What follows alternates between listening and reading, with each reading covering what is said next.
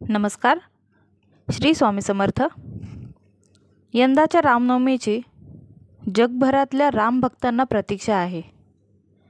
500 वर्षांनी प्रभू श्रीराम आपल्या जन्मभूमीत विराजमान झाल्यानंतरची ही पहिलीच रामनवमी असणार आहे. त्यामुळे मनीध्यानी रामाचा जप करत अयोध्येमध्ये येण्यासाठी प्रत्येक रामभक्त आतुर झालेले आहेत. यंदाच्या रामनवमीचं सगळ्यात मोठं आकर्षण असेल ते रामलल्लाच्या मस्तकी होणारा सूर्यतिलक अर्थात सूर्यकिरणांचा अभिषेक.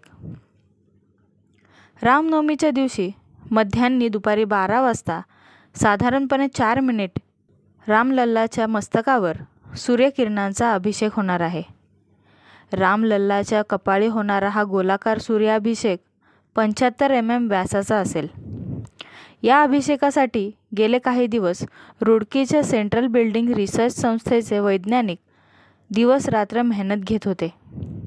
राम जन्माच्या दिवशी सूर्यकिरणांनी रामलल्लाचा अभिषेक व्हावा अशी इच्छा मंदिर निर्माण करण्याच्या वेळी पंतप्रधान नरेंद्र मोदींनी व्यक्त केली होती.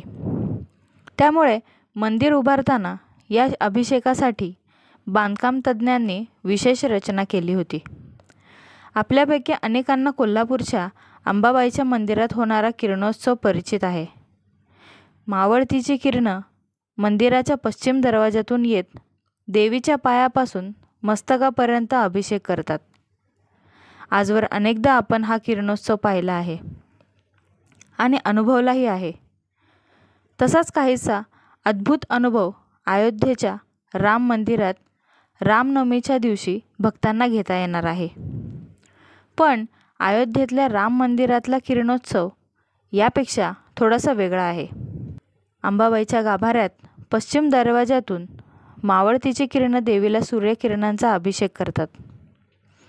पण अयोध्येच्या मंदिरात अंबाबाईच्या मंदिराप्रमाणे कोणत्याही दरवाजातून किरणं येणार नाहीत, तर ती घुमटातून येतील. कारण भगवान रामाचा जन्म मध्यान्हाची वेळी झाला. त्यावेळी सूर्य अगदी आपल्या डोक्यावर असतो.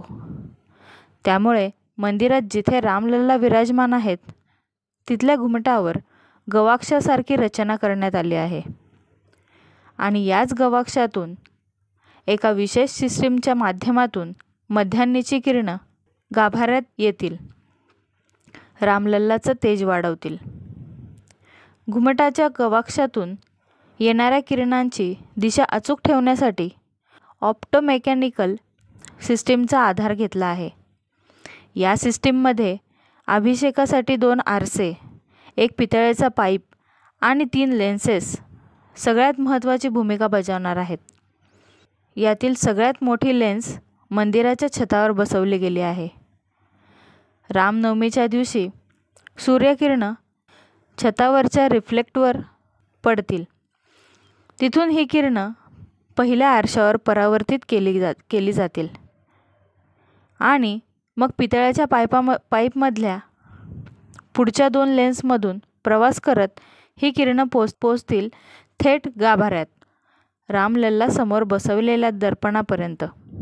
हा आरसा रामलल्लापासून 60 अंशाच्या कोनात ठेवला गेला आहे, जेणेकरून या किरणांचा अभिषेक थेट रामाच्या मस्तकी होऊ शकेल. रामलल्लावर होणाऱ्या सूर्यकिरणांच्या अभिषेकाचं थेट प्रक्षेपण होणार आहे. तर अयोध्येतल्या भाविकांना हा सोहळा पाहता यावा यासाठी 100 LED स्क्रीन लावले जातील. रामनवमीच्या दिवशी संपूर्ण मंदिराला फुलांची आकर्षक सजावट केली जाणार आहे. साधारणपणे 10 ते 15 लाख भाविक दर्शनाला येतील असाही अंदाज लावण्यात येतोय. राम मंदिर पूर्णत्वास येणं, रामलल्लाला त्यांच्या जन्मस्थानी विराजमान होणं ही शेकडो वर्षाची रामभक्तांची इच्छा पूर्ण झाल्याने यंदाची रामनवमी प्रचंड जल्लोषात आणि भक्तिरंगात रंगलेली असेल, यात शंकाच नाही. तर तुम्हाला आजची माहिती कशी वाटली कमेंटमध्ये नक्की सांगा आणि चॅनलवर नवीन असाल तर चॅनलला सबस्क्राईब करा. श्री स्वामी समर्थ. जय जय स्वामी समर्थ.